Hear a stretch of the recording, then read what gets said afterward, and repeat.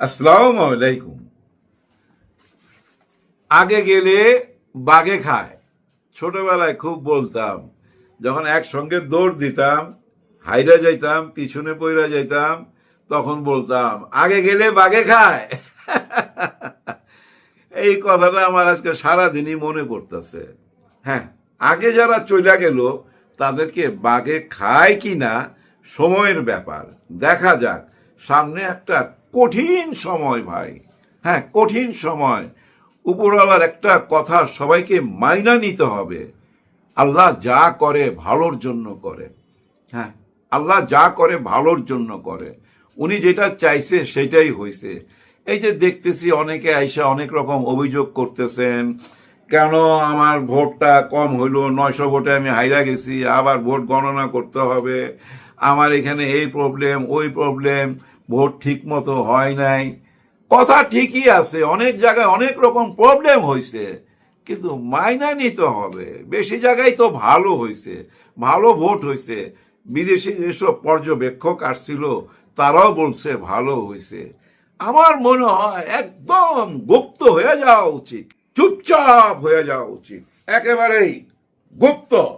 কোনো কথাবার্তা নাই, মিডিয়া ফেস করার দরকার নাই, এত ইন্টারভিউ দেওয়ার দরকার নাই, এবং এই যে টক শোতে নিজেদের কোনো প্রতিনিধি পাঠাবেন না, সবাইকে নিষেধ কইরা দেন।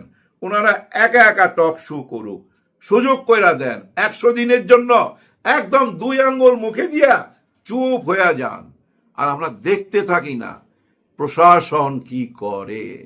যে প্রশাসনকে নোবেল জয়ী ডক্টর ইউনূস স্যার ঠিক মতো চালাইতে পারলো না, তো দেখলাম না তো কোনো কিছু ঠিক হইতে। হ্যাঁ, দেখছি, একদিন দেখছি অন্তত, নির্বাচনের দিন সকাল থেকে রাত 9টা-10টা পর্যন্ত প্রশাসন সুন্দরভাবে চালায় নিয়ে গেছে। মোট কথা একটা নির্বাচন হয়ে গেছে, সোজা কথা একটা নির্বাচন হয়ে গেছে, পার হয়ে গেছে। অতীতে ফিরত যাওয়া যাবে না, কিন্তু আগেও যাওয়া যাবে না। আগে গেলে বাগে খাবে। যারা আগে গেছে, জনগণ যাদেরকে আগে দিছে তাদেরকে আগে থাকতে দেন। আগে গেলেই তো সবচেয়ে বড় পাহাড়ের মতো, হ্যাঁ ভাই, হিমালয়ের মতো একটা বড় পাহাড় সামনে, ওই পাহাড়টাকে পাড়ি দিতে হবে, তারপরে সংসদে যাইতে হবে। ভুইলা গেলে হবে হ্যাঁ ভোটের কথা। হ্যাঁ ভোট জয়যুক্ত হয়েছে, বহু ভোটে অর্ধেক মানুষ চায় নাই, না ভোট দিছে, কিন্তু ডবল মানুষ চাইছে হ্যাঁ ভোট। তাদের দাবি তো মাইনা নিতেই হবে। হ্যাঁ ভোট জয়যুক্ত হওয়া মানে কি জানেন? টোটাল একটা নেটওয়ার্কের মধ্যে ঢুইকা যাওয়া, চারিদিকেই জাল বিছানো, কোনো দিকেই যাইতে পারবেন না, শুধু সামনেই যাইতে হবে, ওয়ান ওয়ে রোড। কোনো ইউটার্ন নিয়ে আবার ফেরত আসতে পারবেন না, আসার কোনো ক্ষমতা নাই, কোনো রাস্তা নাই ভাই। ওই হ্যাঁ ভোটের মধ্যে ওই কাম সারা হয়ে গেছে। কেউ কোনো দুশ্চিন্তা করবেন না, খালি ফোকাস রাখেন। এই যে আপনারা আগামী 2 থেকে 3 দিনের মধ্যে প্রমাণ পেয়ে যাবেন। যখনই প্রধানমন্ত্রী শপথ নিয়ে নিবে তারেক রহমান সাহেব, তখনই কিন্তু ওনাকে ছাইরা দিতে হবে চেয়ারম্যানের পদ, বিএনপির চেয়ারম্যানের পদটা। এখান থেকেই তো বোঝা যাবে, ওইখান থেকেই তো বোঝা যাবে আমরা কি পরিবর্তনের দিকে অগ্রসর হচ্ছি, না আবার সেই অন্ধকারের দিকে। যাই হোক, যেটা বলার জন্য আমি আজকে ভিডিওটা বানাচ্ছি সেটা বলবো। হাসনাত আব্দুল্লাহ, হ্যাঁ ভাই, হাসনাত আব্দুল্লাহর বুকে যেভাবে আঘাত দিছিল, ওই আঘাতের প্রতিঘাতটা সে অন্যভাবে দিছে, অন্যভাবে খেলছে। তার খেলার লেভেলটা অন্য রকম। প্রথম থেকে এখন পর্যন্ত খেয়াল করে দেখেন, ওই একই শার্ট, একই পায়জামা, একই প্যান্ট, একই স্যান্ডেল, চেহারা একই রকম। 2টা দাগ হয়ে গেছে এখানে নামাজ পড়তে পড়তে। আল্লাহরে ডাকে, সাহসটা কি! এইভাবে তো বুলেটের সামনে দাঁড়ায় গেছিল। বহু ভিডিও আছে, ওই 36 দিনের বহু ভিডিও আছে, বারবার যাচ্ছিল বুলেটের সামনে। জিন্দা শহীদ তো ভাই, জিন্দা শহীদ এই হাসনাত আব্দুল্লাহ। আর তাকেই বলা হয়েছিল কত আগে যে রাজমিস্ত্রির পোলা, ফকিন্নির পোলা, মানে গরিবের ছেলে। বলো, চিন্তা করেন। দেবিদ্বারের মানুষ বুঝছে, সারা দেশের মানুষ বুঝে নাই। আমাদের যে প্রবাসে ভাই বোনেরা আছে তারা বুঝছে, কিন্তু আমাদের দেশে অনেক মানুষ বুঝে নাই। এই ধনী গরিবের বিভাগটা বুঝে নাই। একজন প্রজা, আরেকজন রাজা, আমি দাঁড়াবো, বারবার আমি দাঁড়াবো, আমাকেই তোরা ভোট দিবি, এইটার থেকেই তো বাইর করে আনতে পারছে হাসনাত আব্দুল্লাহ। এক থেকেই তো শুরু হয়, একের পরই তো 2, 3, 4 এভাবে 100 হয়। হ্যাঁ ভাই, মনের মধ্যে যে আঘাতটা একবার ঢুইকা যায় না, ওই আঘাতই মানুষকে গইরা তোলে ভাই, ভবিষ্যতে নিয়ে যায় একটা টার্গেটে, আবার অনেককে নিয়ে যায় বেপথে, রং পথে, অন্ধকার পথে। সে অন্ধকার পথ না, এই হাসনাত আব্দুল্লাহ দেখেন আলোর পথে গেছে। তার বাবা রাজমিস্ত্রি ছিল, প্রবাসের জীবন যাপন করছে, বহুদিন রাজমিস্ত্রির কাজ করছে। তার ছেলে কেন আবার এমপি হবে, এইটা কেন ভাবলেন না? ওই রাজমিস্ত্রির ছেলেকে মাদ্রাসা, স্কুল, কলেজ, ঢাকা বিশ্ববিদ্যালয় পাশ করায়া একজন শিক্ষক বানাইছে। এই যে হাসনাত আব্দুল্লাহ ভাই একজন ভালো শিক্ষক, ওনার লেকচার গুলো শুনেন, শুনলেই বুঝতে পারবেন, আমার কথায় বিশ্বাস করার দরকার নাই, ওনার লেকচার শুনলেই বুঝতে পারবেন কতটা ভালো ছাত্র, কতটা ভালো শিক্ষক, যার জন্য উপরালা আজকে হাসনাত আব্দুল্লাহকে এই জায়গা আনতে পারছে। হ্যাঁ ভাই, দেখবেন আপনারা এই যে নাসিরউদ্দিন পাটোয়ারি সবচেয়ে বিতর্কিত, আমিও চাই সে চলে আসুক এবং সে রাস্তাও ওপেন। কারণ কি জানেন, 6টা আসন পাইছে এই জাতীয় নাগরিক পার্টি। 6টা আসন মানে তাদের এখান থেকে 5 জন, মিনিমাম 5 জন যাইতে পারবে উচ্চ কক্ষে, আর ওই পথেই চলে যাবে নাসিরউদ্দিন পাটোয়ারি এবং নাহিদ ইসলাম। সার্জিস যাবে কিনা বা আর কারা কারা যাবে জানি না, কিন্তু অবশ্যই যাবে নাসিরউদ্দিন পাটোয়ারি। একটা কথা মনে রাখেন, উচ্চ কক্ষের সবাই চোখের মনি হয়ে যাবে এই নাসিরউদ্দিন পাটোয়ারি।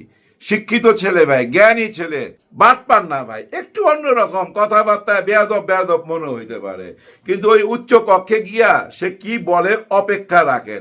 আর হাসনাত আব্দুল্লাহ যাবে, আর কি দরকার? তারপরে তো আছে ভাই আরো 77 জন। হ্যাঁ ভাই, এবং আমাদের ডাক্তার শফিকুর রহমান স্যার, উনিও তো আছে, উনি তো মাইনা নিছে। হ্যাঁ ভাই, উনি মাইনা নিছে এই নির্বাচন, কিন্তু মাইনা নিতে পারে নাই। এই যে চারিদিকে আক্রমণ হচ্ছে, আগুন দেওয়া হচ্ছে, পোড়ানো হচ্ছে, শোনা গেছে একজন মারা গেছে, কষ্ট পাইলাম। হ্যাঁ, প্রধানমন্ত্রী তারেক রহমান সাহেব, কষ্ট পাইছি যদি এই ঘটনা সত্যি হয়। আমি চাই না কোনো ডায়েরির পাতায় লেখি আপনার আমলে মৃত্যুর সংবাদ লেখি ডায়েরির পাতায়, এটা চাই না। নতুন ভাবে দেশটাকে গইরা তোলেন, একটাই কাজ করতে হবে, নিরাপদে যেন মানুষ ঘর থেকে বের হইতে পারে, কেউ যেন কারো ঘরে আক্রমণ না করতে পারে। আচ্ছা, সবচেয়ে বড় কথা, আমরা কেন কোনো লিডার বা কোনো নেতা কখন বলবে, কখন উনি আদেশ দিবে সে অপেক্ষায় থাকবো? কারণ কি, আমাদের তো সেদিকে তাকায় থাকার কথা না, আমাদের তো তাকায় থাকার কথা পুলিশের দিকে। হ্যাঁ ভাই, প্রশাসনের দিকে। প্রশাসনের কাজ কি? এখানে আগুন দিচ্ছে, পোড়াচ্ছে, আমি আসামি ধরবো, এর জন্য মামলা লাগবে কেন? এর জন্য নেতার হুকুম লাগবে কেন? এই জন্য কারো দিকে তাকায় থাকতে হবে কেন? এই যে কারো দিকে তাকায় থাকা, নেতার হুকুম পালন করা, আসামি ধরে আনলে নেতার ফোনে আসামিকে আবার ছাইরা দেওয়া, আবার এমন কোনো মামলা দেওয়া যে মামলা থেকে 1.5-2 মাস পর বাইরে হয়ে যেতে পারে, এইটা তো ঠিক না। দেখেন, আপনারা যে আসামি ধরেন, ওইখানে কিছু ভাই, সবাই না, কিছু ভাই বসে থাকে কালো কোট পইরা, তারা তো বাইর কইরা দেয়। এমনও আসামি বাইর কইরা দেয়, অস্ত্র মামলার আসামি, যার জেল হওয়ার কথা 3 বছর 5 বছর, তাকে বাইর কইরা দেয় 1.5 মাস 2 মাস পর। আর সে বাইর হইয়া হাদির বুকে গুলি চালায়, বুকে তো না, এই মাথার এই জায়গাটায়, এই জায়গাটায়। আর বুকে লাগছে কাদের? আমাদের, আমাদের বুকে লাগছে। এরকমই তো হয়েছে। আর এই হাসনাত আব্দুল্লাহ, নাসিরউদ্দিন পাটোয়ারি, সার্জিস, নাহিদ ইসলাম, আরো অনেকে আছে, আমার নাম হয়তো মনে নাই, এরা কিন্তু জিন্দা শহীদ। এই জুলাই 24-এ এদের অবদান আছে, এদেরকে অবহেলা করেন না। আর আপনারা করতে চাইলেও করতে পারবেন না, আমি চ্যালেঞ্জ করলাম, করতে পারবেন না। কারণ ডক্টর ইউনূস স্যার ওরকম মানুষ না, চুপচাপ চইলা গেলাম, কাইটা পড়লাম, ওদের কোনো ব্যবস্থা না কইরা। ওদের সমস্ত ব্যবস্থা করা আছে। বললাম না, আগে গেলে বাঘে খায়, এই যে আগে গেছে, এখন বাঘের বুকে পড়তে হবে। এই যে সামনে যে চ্যালেঞ্জটা, হ্যাঁ না ভোটের, ওই সংসদে ঢুকতে গেলে হ্যাঁ ভোটটা মাইনাই ঢুকতে হবে, এইটাই ব্যবস্থা কইরা রাইখা গেছে ডক্টর ইউনূস স্যার। উনি কাঁচা খেলোয়াড় না, সাধারণ খেলোয়াড় না। যাওয়ার আগে কিছু ডিট কইরা গেছে, কিছু দলিলে দস্তখত কইরা গেছে, বিদেশের সঙ্গে এই পোর্ট নিয়ে আরো কিছু ব্যবস্থা নিয়ে, যেমন আমেরিকা থেকে আমরা এখানে তুলা আনবো, সুতা আনবো, ওই সুতা ওই তুলা থেকে আমরা এখানে কাপড় বানাবো, সেই কাপড় আবার আমেরিকাতে পাঠাবো। এই যে আনার সময় এবং দেওয়ার সময় বিরাট অঙ্কের টাকা ট্যাক্স দিতে হইতো, ওই ট্যাক্স অর্ধেক কইরা একটা দলিল পত্র কইরা গেছে, আমেরিকার সাথে এই ব্যবসা করবে। এখন বর্তমান সরকার এসে এটা ক্যান্সেল করতে পারবে? একদম পারবে না। তাহলে রাস্তায় নামা পড়বে এই গার্মেন্টসের যারা মালিক তারা এবং তাদের কর্মীরা, তাদের সহকর্মীরা সবাই রাস্তায় নামা পড়বে। তো কারণ এটা তাদের পক্ষে। যেমন আমাদের পোর্ট নিয়ে যা কিছু কইরা গেছে, এই ব্যবস্থার বাইরে আপনি যাইতে পারবেন না। ওইখানে প্রতিদিন শত শত কোটি টাকা চাঁদা হইতো, ওই চাঁদার ব্যবস্থা বন্ধ কইরা গেছে। আপনি কি এটা ওপেন করতে পারবেন? করলে প্রশ্নের মুখে পড়বেন। আর প্রশ্নের মুখে পড়ার জন্য এখানে 11 দল থেকে 77 জন পাহারাদার যাচ্ছে। হ্যাঁ, 77 জন পাহারাদার যাচ্ছে। দুইটা প্রশ্ন রাইখা ভিডিওটা শেষ করুন। 1 নম্বর প্রশ্ন, এই যে ডক্টর ইউনূস স্যারকে 16-17 মাসে ঠিক মতো আমরা সহযোগিতা করতে পারলাম না। কে? আমরা খাকি পোশাক যারা পরি, আমরা প্রশাসনের লোক, তেমন কোনো সহযোগিতা করতে পারি নাই। কারণ আমরা অপেক্ষায় ছিলাম নির্বাচিত সরকার, নির্বাচিত সরকার, নির্বাচিত সরকার চলে আসছে। আলহামদুলিল্লাহ মাইনা নিছি। আমাদের প্রধানমন্ত্রী তারেক রহমান, ওনার আমলে এখন এই প্রশাসন কেমনে মাইনা নেয়, কত দিনে মাইনা নেয়, সে দিনের জন্য অপেক্ষায় রইলাম। তার মানে কি পুলিশ ভাইরা কি প্রশ্ন রেখে গেলাম বুঝতে পারছেন? আরেকটা প্রশ্ন, সেটা বইলাই ভিডিওটা দি এন্ড করব। সেটা এই যে হ্যাঁ ভোটের মাধ্যমে আপনারা মাইনা নিছেন, হ্যাঁ এটা মাইনা নিছেন আমি বলবো। উনি তো বলছে, ঘোষণা দিছে, লিডার ঘোষণা দিছে হ্যাঁ ভোট, কিন্তু কর্মীরা ভিতরে ভিতরে নায়ের পক্ষে ছিল। এখন ওই হ্যাঁ পথে ওই ওয়ান ওয়ে রোডে ঢুকার সময় যে সংসদ ভবনটা পড়বে, ওইখানে ঢুইকা হ্যাঁ পক্ষে কাজ করবেন কিনা সেটা দেখার অপেক্ষায়। যা কিছু যুদ্ধ হবে সংসদে, সংসদে যা যুদ্ধ হবে, সংসদে যদি কিছু না মানে আমরা তো জনগণ দেখবই। আমরা তখন রাস্তায় নামবো আপনাদেরকে নিয়ে। সবার জন্য সবাই দোয়া করবেন, কারোর জন্য বদ দোয়া করেন না ভাই। দেশটার জন্য দোয়া করতে চাই, দেশটা ভালোর পথে যাক, যার হাত ধরেই যাক না কেন ভালোর পথে যাক।